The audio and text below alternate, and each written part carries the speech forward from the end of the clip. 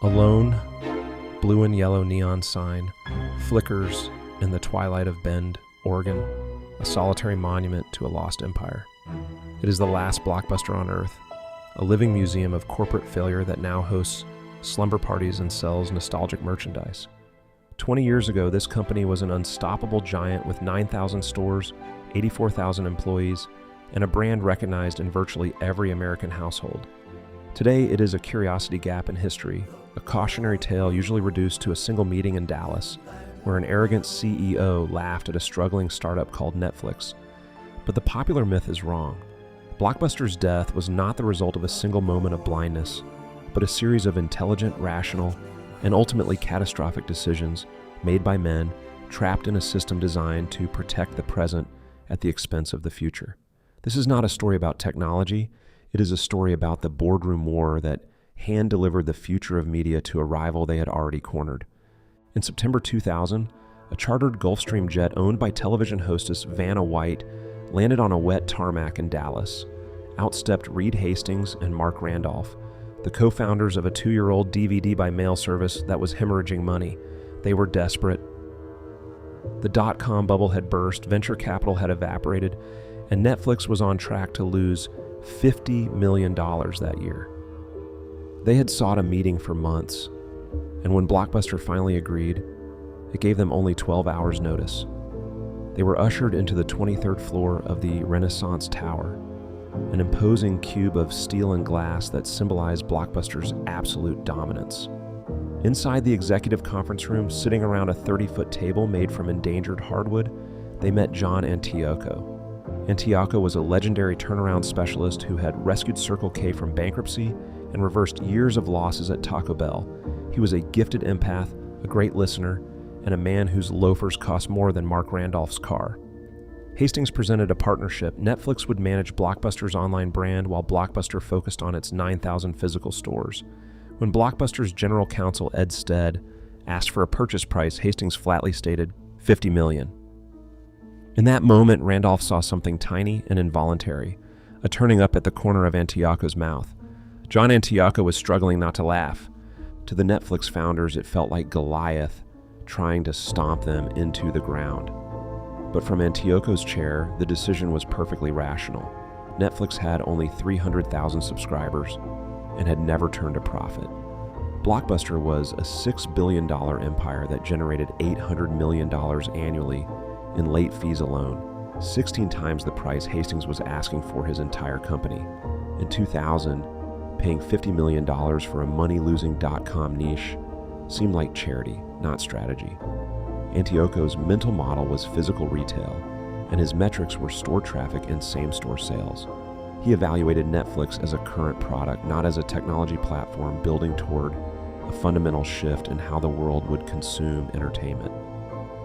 The rejection forced Netflix to look within, vowing to kick their ass as they flew back to California humiliated.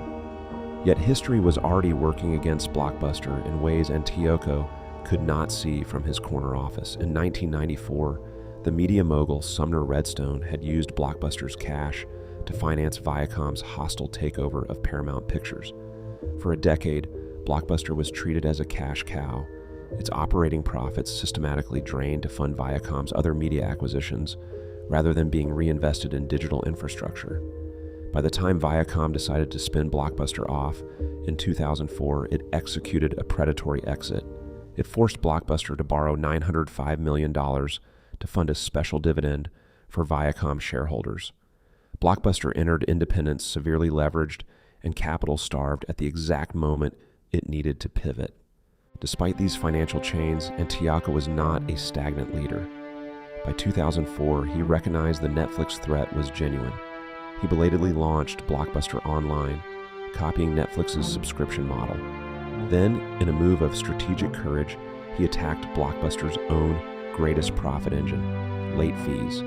He knew customers hated them, even though they accounted for 16% of the company's revenue. In January 2005, Antioco eliminated them entirely, a decision that immediately stripped $400 million in annual revenue from the balance sheet. The No Late Fees campaign was marketed as a victory for the consumer, though in reality it was a complex billing transition. where overdue rentals were converted into sales after 8 days. The loss of that high-margin revenue alarmed Wall Street and attracted the attention of a corporate raider. Carl Icahn, the billionaire activist investor, began amassing shares, viewing Antioco's massive investments in digital and the elimination of late fees as reckless capital destruction. Icahn launched a hostile proxy fight, positioning himself as a defender of corporate governance and demanding a rollback of digital spending. He never physically attended a board meeting in Dallas, choosing instead to call in and dominate the room through a speakerphone in what Antioco described as a free-for-all. By May 2005, Icahn had won. He and his slate of dissident directors seized control of the board. At the shareholder meeting, long-term employees looked on in tears as the power shifted toward a faction focused on short-term cash flow rather than long-term survival. Antioco was stripped of his chairmanship but remained CEO, leading a company with a board that was now his open enemy. Yet, against all odds, Antioco's team found the win. In late 2006, they launched Total Access. It was a hybrid strategy that Netflix could not match. Online subscribers could return their mailed DVDs to a local Blockbuster store for a free in-store rental. It was the perfect fusion of physical and digital convenience. It worked so well that Netflix's leadership began to panic. By early 2007, Total Access was adding subscribers faster than Netflix, reaching 3.6 million online members. Blockbuster had its rival cornered. For a brief moment, the incumbent was winning the race it was supposed to have already lost. But victory was expensive. Every free movie exchanged cost Blockbuster $2 in lost retail margin, and the rapid subscriber growth accelerated a short-term cash burn that Blockbuster's debt-laden balance sheet could barely sustain.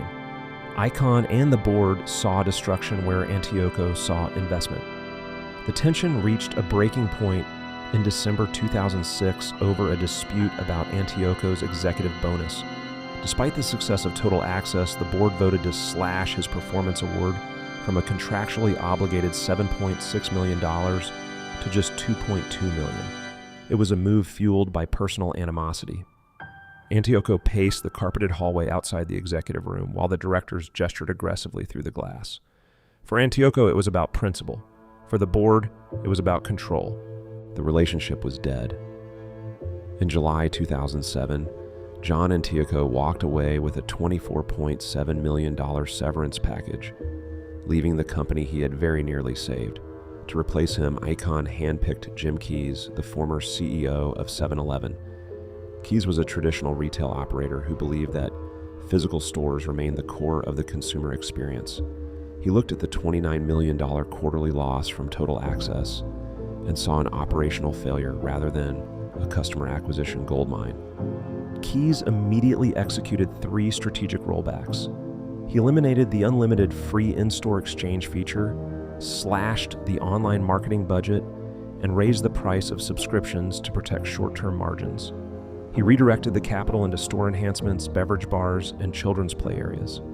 In 2008, Keyes famously told the press, "Neither Redbox nor Netflix are even on the radar screen in terms of competition."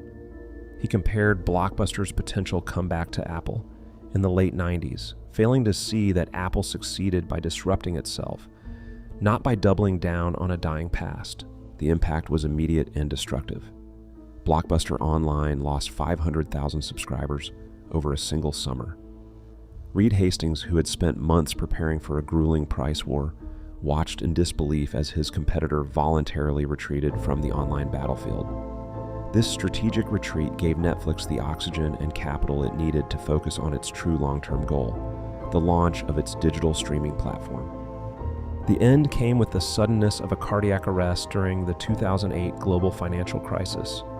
For years, major movie studios had granted Blockbuster 90-day credit terms, allowing the company to rent a movie many times before having to pay for it.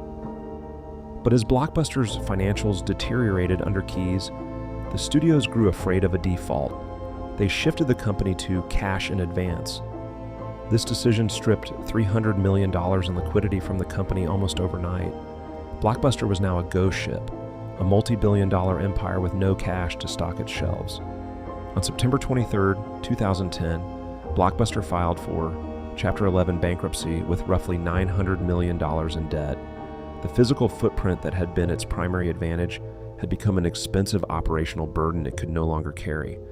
Dish Network purchased the remaining assets for $320 million in 2011, attempting a rescue that ultimately failed because it lacked the recommendation algorithms and years of subscriber data that Netflix had spent a decade building.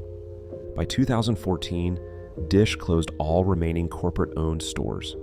The failure of Blockbuster is often framed as the innovator's dilemma, the idea that well-managed companies fail because they listen too closely to their best customers and ignore low-margin threats.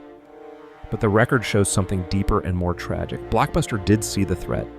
It did build the technology to beat it. It was winning the race by early 2007.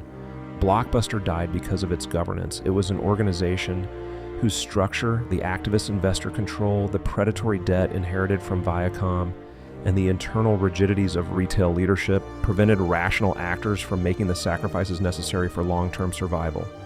It fired the one executive who had proven the winning strategy because of a bonus dispute at the exact moment that strategy was working. History does not change because companies exist. History changes because someone makes a decision. In 2000, John Antioco made a rational decision to reject a startup, a choice he later admitted he really screwed up. But in 2007, a board of directors made an irrational decision to dismantle a winning strategy to save a few $1 million in a bonus pool. That decision did more than kill a company. It permanently handed the future of human storytelling to a digital rival that had been on the verge of collapse. The lone neon sign in Oregon is not just a reminder of where we used to go on Friday nights. It is a monument to the moment that ego and short-termism overrode the survival of an empire.